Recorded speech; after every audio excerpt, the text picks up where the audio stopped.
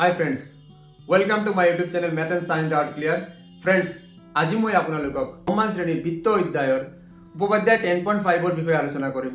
প্ৰদত্ত তিনিটা একে ৰেখীয় নোহোৱা বিন্দুৰ মাজেৰে এটা আৰু মাত্ৰ এটাহে বৃত্ত আঁকিব পাৰি।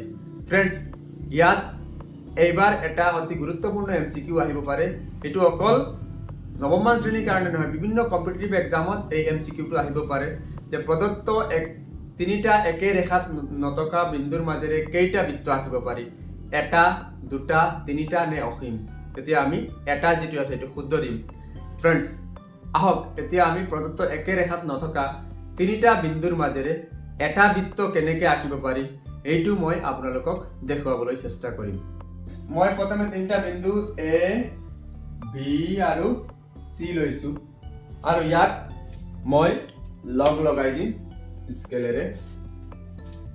প্ৰথমে আমি এ বিক লগ লগাই দিলো, তাৰপিছত আমি বি সিক লগ লগাই দিলো।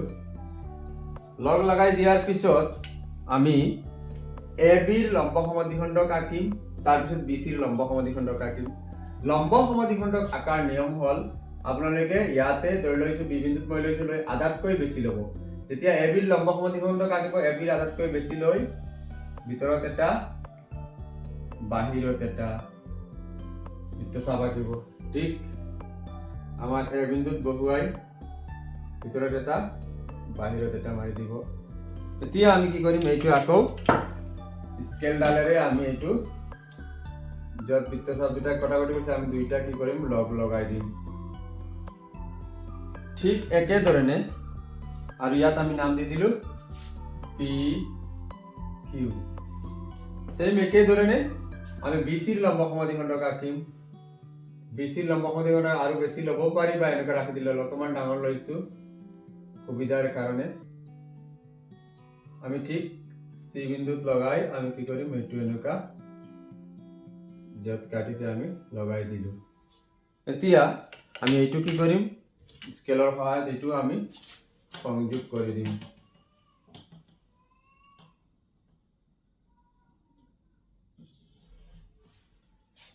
আৰু এই ইয়াক নাম দিলো আৰ এছ। পি কিউ আৰু আৰ এছ য'ত কাটিছে তাক অ বিন্দু বুলি নাম দিলো, কটাকটি কৰা বিন্দুক অ নাম দিলো। এতিয়া আমি কি কৰিম, অ বিন্দুক কেন্দ্ৰ কৰিম। অ বিন্দুক কেন্দ্ৰ কৰি আমি অ এৰ সমান ব্যাসাৰ্ধ ল'ম, ল'লে অটোমেটিক আমাৰ অ সিৰ লগতে মিলি যাব। অ সিৰ লগতে মিলি যাব, গতিকে আমি অ এ বা অ সিৰ সমান ব্যাসাৰ্ধ লৈ আমি যেটো বৃত্ত আঁকিম এই বৃত্তটো তিনিটা বিন্দুৰ মাজেৰে যাব।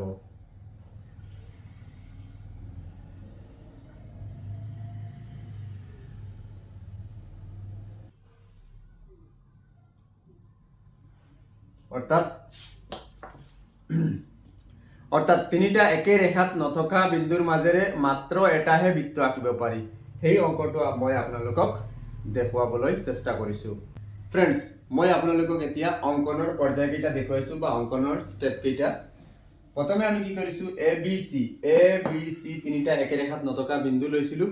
তাৰপিছত এ বি আৰু বি সি সংযোগ কৰিছো। এ বি আৰু বি সি সংযোগ কৰিছো। তাৰপিছত আমি কি কৰিছো, এ বি আৰু বি সিৰ লম্ব সমদ্বিখণ্ডক আঁকিছো। এ বি আৰু বি সিৰ লম্ব সমদ্বিখণ্ডক পি কিউ আৰু আৰ এছ আমি আঁকিছো। আৰু ইহঁতে অ বিন্দুক কটাকটি কৰিছে। ইহঁতে য'ত কৰিছে তাৰ বিন্দুটোক আমি কি নাম দিলো, অ নাম দিলো। তাৰপিছত কি কৰিছো, আমি অ বিন্দুক কেন্দ্ৰ কৰি অ এ বা অ বি বা অ সিৰ সমান ব্যাসাৰ্ধ লৈ আমি এটা বৃত্ত আঁকিছো। আৰু সেই বৃত্তটো এ বি সি বিন্দুৰ মাজেৰে গৈছে। অৰ্থাৎ একে ৰেখাত নথকা তিনিটা বিন্দুৰ মাজেৰে এটা আৰু মাত্ৰ এটাহে বৃত্ত আঁকিব পাৰো। ফ্ৰেণ্ডছ, আশা কৰো আপোনালোকে মোৰ ভিডিঅ'টো ভাল পাইছে। যদি ভাল পাইছে লাইক, শ্বেয়াৰ আৰু সাবস্ক্ৰাইব কৰিব আৰু বেল আইকনটো দবাই নটিফিকেশনটো অল কৰি থব, যাতে পৰৱৰ্তী ভিডিঅ'বিলাক দিয়াৰ লগে লগে আপোনালোকে পায়। ধন্যবাদ।